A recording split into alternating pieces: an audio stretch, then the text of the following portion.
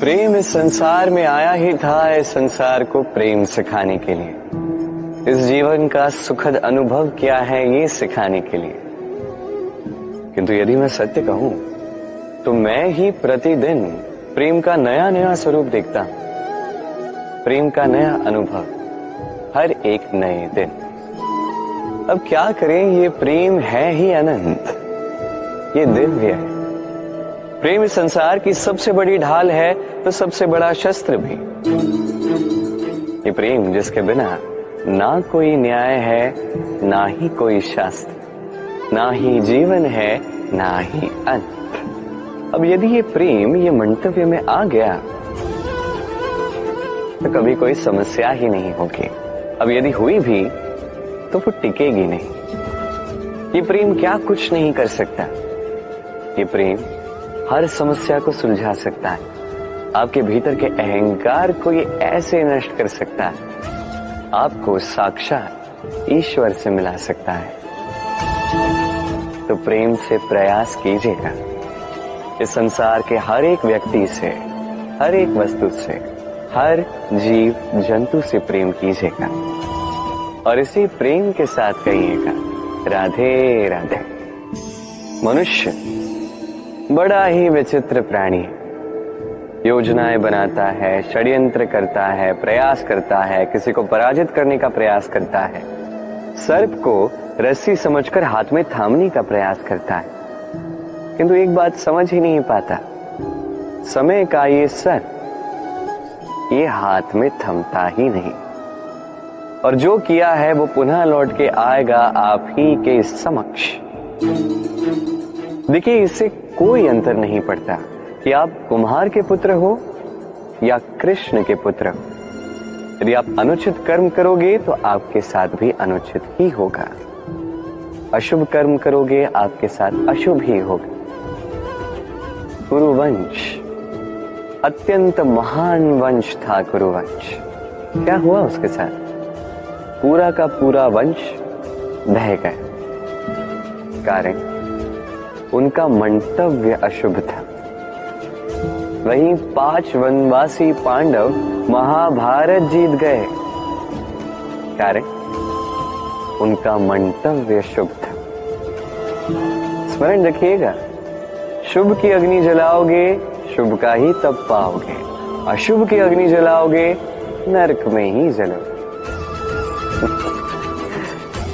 तो आइए और मेरे साथ प्रेम से कहिएगा राधे राधे। मनुष्य रोगी क्यों होता है? शारीरिक दुर्बलता के कारण नहीं, मनुष्य रोगी होता है उसकी सोच के कारण, उसके विवेक के कारण, उसके कर्मों के कारण, उसके क्रोध के कारण। और जब कोई ठीक होता है, स्वस्थ होता है, तो इसका तात्पर्य ये नहीं कि ये केवल औषधियों का कार्य है। नहीं, ये किसी के दिए हुए प्रेम का प्रभाव है, विश्वास का प्रभाव है, संबल का प्रभाव है। केवल औषधियों से कुछ नहीं होगा। यदि मन में प्रेम होगा, विवेक होगा, विश्वास होगा, संबल होगा, तभी ये औषधियां भी उपचार करती हैं। स्मरण रखिएगा, ये जीवन छोटा सा है। मन में प्रेम रखिए, मित्र बनाइए, शत्रु नहीं। प्रेम कीजिए, द्वेष नहीं। और इसी प्रेम के साथ कहिएगा राधे राधे। आज मैं आपको ऐसी कथा सुनाऊंगा जो मेरे नंद बाबा ने मुझे सुनाई थी जब मैं छोटा सा था। कथा एक साधु और एक बिच्छू की। एक बार एक साधु नदी के तट पर स्नान कर रहे थे। उन्होंने देखा कि जल के प्रवाह से एक बिच्छू बहे जा रहा है। उसके प्राण बचाने के लिए उन्होंने उसे उठा के तट पर रखने का प्रयास किया, किंतु जैसे ही उन्होंने बिच्छू को उठाया, बिच्छू ने उन्हें काट लिया।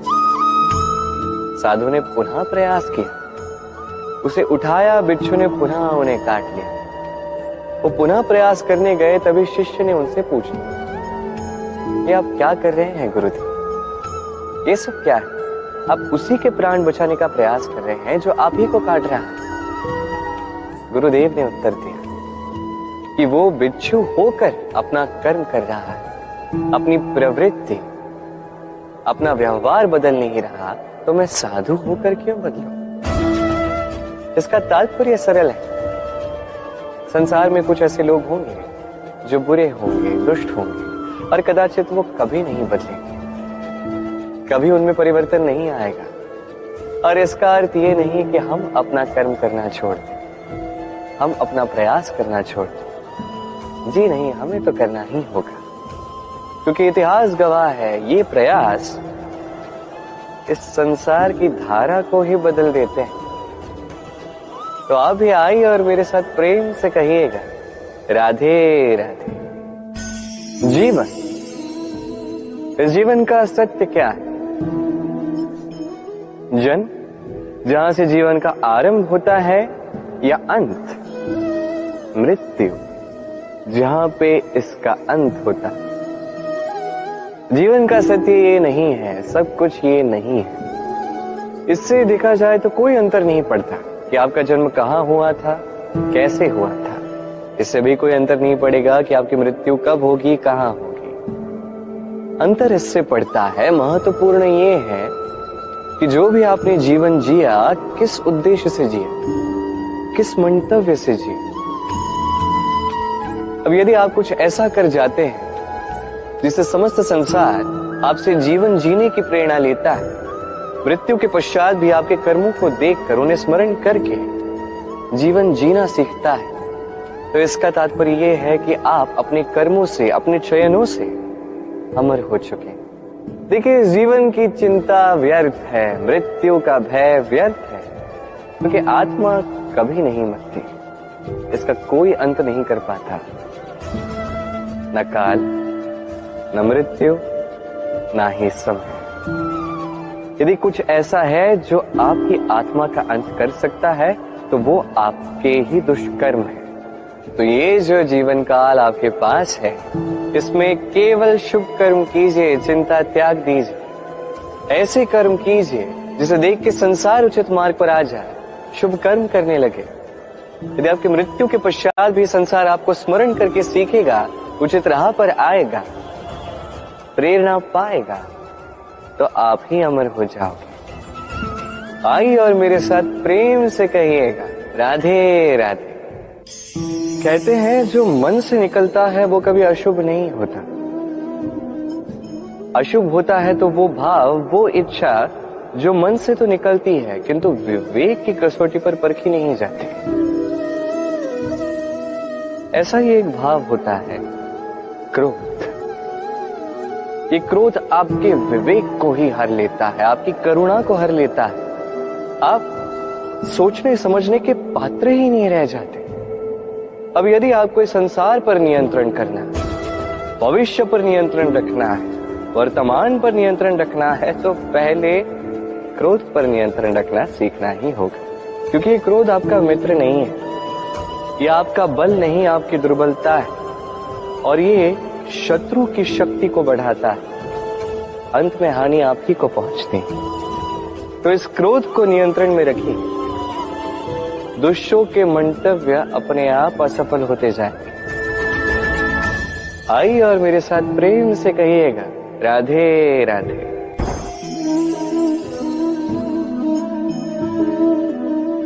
शांत सुखद निद्रा मनुष्य के जीवन का एक अत्यंत महत्वपूर्ण सुख और आवश्यकता भी है। देखा जाए तो इस संसार का हर एक पशु पक्षी, हर एक जीव निद्रा अवश्य प्राप्त करता है, किंतु मनुष्य, जिसमें सोचने समझने की शक्ति अन्य पशुओं से अधिक है, उसे निद्रा में थोड़ी समस्या अवश्य होती है। क्यों? है कि नहीं? अब इसका कारण क्या है? चिंता। अब चिंता हम सभी के जीवन में, हम सभी जानते हैं कि चिंता कभी हमारी सहायता नहीं करती, फिर भी हमारे जीवन में क्यों?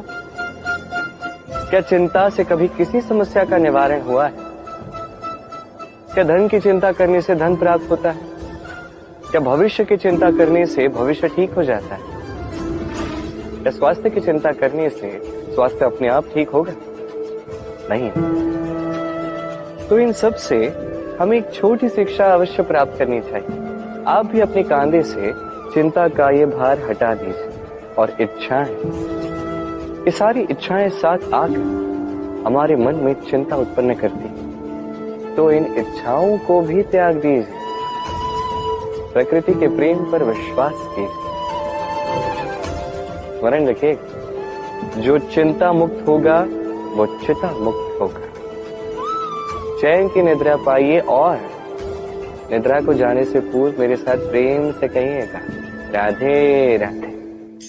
महादेव, वो देव जो महान है, जो देवों के भी देव कहलाते हैं, जो मेरे आराध्य हैं। कभी आपने ये प्रश्न पूछा कि शिव ही महादेव क्यों कहलाते हैं, कोई और देवता क्यों नहीं कहलाया जाता? वो इसलिए क्योंकि महादेव में, शिव में एक ऐसा विशेष गुण है जो अन्य किसी में नहीं। निस्वार्थ होकर लोक की सेवा करना। यदि आवश्यकता पड़ जाए, यदि सृष्टि पर विनाश की स्थिति मंडराए, तो अपने प्राणों की चिंता किए बिना हलाहल ग्रहण करने के लिए भी सज्ज रहते हैं महादेव। और इसी अद्वितीय त्याग के कारण शिव ही महादेव कहलाते हैं। अब यदि मनुष्य भी निस्वार्थ भाव से स्वयं को अर्पित कर देता है इस लोक के कल्याण के लिए, उसकी सेवा के लिए, तो वो भी महापुरुष, महामनुष्य बन सकता है। यदि किसी को भूख लगी तो अपनी थाली से आधा भोजन उसे दे दिया। यदि कोई रोगी हो तो उसकी सेवा की, उसका उपचार करने का प्रयास किया। ये जीवन केवल अपने लिए नहीं, अभी तो दूसरों के लिए, समस्त संसार के लिए जिया। यदि ये सब मनुष्य सीख गया तो वो महादेव के पद पर अग्रसर हो चुका है। यदि मनुष्य निस्वार्थ भाव से इस संसार की सेवा करना सीख गया तो वो निश्चित रूप से महामनुष्य अवश्य बनेगा। आइए और मेरे साथ प्रेम से कहिएगा, राधे राधे। जीवन में सीखना अत्यंत आवश्यक है। अब क्या क्या सीखना है, ये सिखाने के लिए भी अनेक शिक्षक हैं, किंतु क्या नहीं सीखना है और क्या नहीं करना है, ये हमें अपने अनुभवों से ही सीखना पड़ता है। अब इसका अर्थ ये नहीं है यदि आपको सीखना है कि अग्नि का ताप क्या है तो आपको अग्नि में ही हाथ डालना होगा। नहीं, किसी और के अनुभव से भी सीख सकते हैं।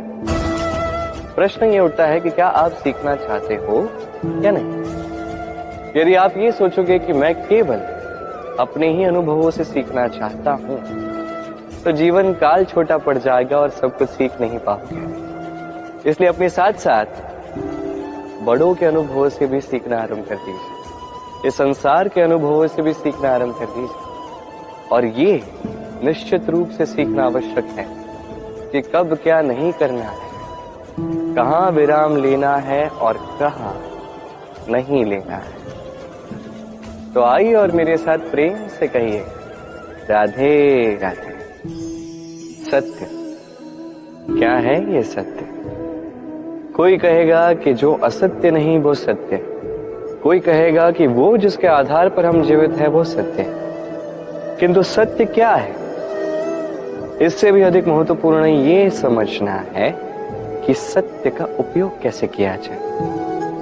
यदि आपके पास सत्य है, आप सत्य जानते हैं और आप उसका उपयोग करते हैं, सदुपयोग करते हैं संसार के लिए, तो आप इस समस्त संसार से ऊपर उठ जाते हैं।